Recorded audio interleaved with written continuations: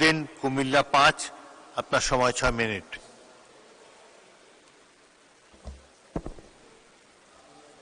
ধন্যবাদ মাননীয় স্পিকার। জাতীয় বাজেট 2026-27-এ আমাকে এই মহান সংসদে কথা বলার জন্য আপনাকে ধন্যবাদ। মাননীয় স্পিকার, আমার বক্তব্য শুরুতেই আমি স্মরণ করছি গণতন্ত্রের প্রবক্তা শহীদ রাষ্ট্রপতি জিয়াউর রহমানকে। আমি শ্রদ্ধার সহিত স্মরণ করছি গণতন্ত্রের মাতা, যেই মানুষটি গণতন্ত্রের জন্য নিজের জীবনকে বিলিয়ে দিয়েছিলেন, দেশ নেত্রী আপসীন নেত্রী বেগম খালেদা জিয়াকে। আমি আজকের এই বাজেট বক্তৃতায় আমি স্মরণ করছি শহীদ রাষ্ট্রপতি জিয়াউর রহমানের এবং দেশমাতা বেগম খালেদা জিয়ার উত্তরাধিকারী গণপ্রজাতন্ত্রী বাংলাদেশ সরকারের মাননীয় প্রধানমন্ত্রী জনাব তারেক রহমানকে আমি ধন্যবাদ দিচ্ছি। এই বাজেট এত বড় একটি বিশাল বাজেট, সেই বাজেটের যিনি রূপকার অর্থমন্ত্রী মহোদয়কে। মাননীয় স্পিকার, বিশ্ব অর্থনীতি যখন অনিশ্চয়তার মধ্যে, আন্তর্জাতিক বাজারে অস্থিরতা এবং উন্নয়নশীল দেশগুলো নানামুখী চাপ মোকাবেলা করছে, সেই বাস্তবতায় দাঁড়িয়ে এই সাহসী বাজেট শুধু একটি আর্থিক দলিল নয়, এটি বাংলাদেশের আগামী দিনের আত্মবিশ্বাসের রূপরেখা। মাননীয় স্পিকার, কয়েকদিন আগে আমার নির্বাচনী এলাকায় আমি গিয়েছিলাম। যাওয়ার পর আমার এক কর্মীর সাথে কথা হচ্ছিল। তিনি তখন বললেন, আমরা আর স্যার চাকরি চাই না, আমরা আগামী দিনে চাকরি দিতে চাই। সেই জন্য এই বাজেটে এই তরুণ প্রজন্মের স্বপ্নের প্রতিফলন দেখতে পাচ্ছি। স্টার্টআপ, ফ্রিল্যান্সার, কন্টেন্ট ক্রিয়েটরদের জন্য ভ্যাট অব্যাহতির প্রস্তাব ডিজিটাল অর্থনীতিকে নতুন গতি দেবে।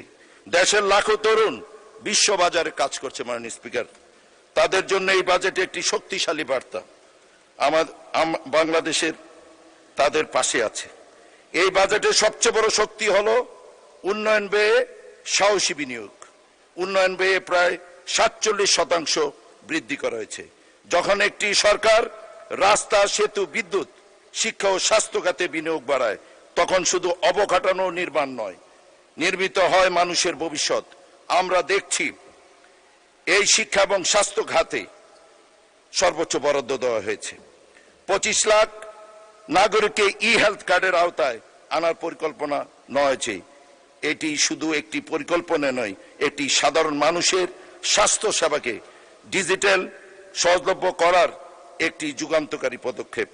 মাননীয় স্পিকার, এবার এই বাজেটে কৃষি খাতকে শক্তিশালী করেছে।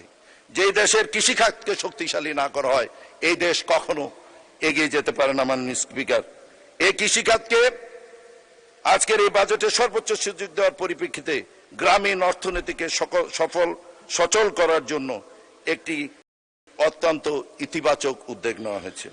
আমাদের যুব সমাজের কর্মসংস্থান নিশ্চিত করতে এসএমই উদ্যোক্তা, তহবিল উদ্যোক্তা উন্নয়ন তহবিল গঠন করা হয়েছে। ছোট বড় ব্যবসা নতুন শিল্পে গড়ে উঠবে, কর্মসংস্থান সৃষ্টি হবে এবং এই বাজেটে এই আশার সঞ্চার করেছে। মাননীয় স্পিকার, এই বাজেটে পরিবেশ বান্ধব অর্থনীতির প্রতি সুস্পষ্ট যত্ন রয়েছে। বৈদ্যুতিক যানবাহনের উপর কর কমানো এবং সৌরশক্তিকে উৎসাহ দেওয়ার পদক্ষেপ আমাদের সবুজ ভবিষ্যতের দিকে এগিয়ে নিয়ে যাবে। এটি শুধু পরিবেশ রক্ষা করবে না, জ্বালানি নিরাপত্তা বাড়বে। মাননীয় স্পিকার, আরেকটি মানবিক দিক হলো মানুষের ক্রয় ক্ষমতা বাড়ানো এবং জীবনযাত্রার মান উন্নয়নের লক্ষ্যে সরকার আগামী অর্থ বছরে মূল্যস্ফীতি কমিয়ে 7.5% নামিয়ে আনার অর্থনৈতিক প্রবৃদ্ধি 6.5% উন্নত করার লক্ষ্যে নির্ধারণ করা হয়েছে।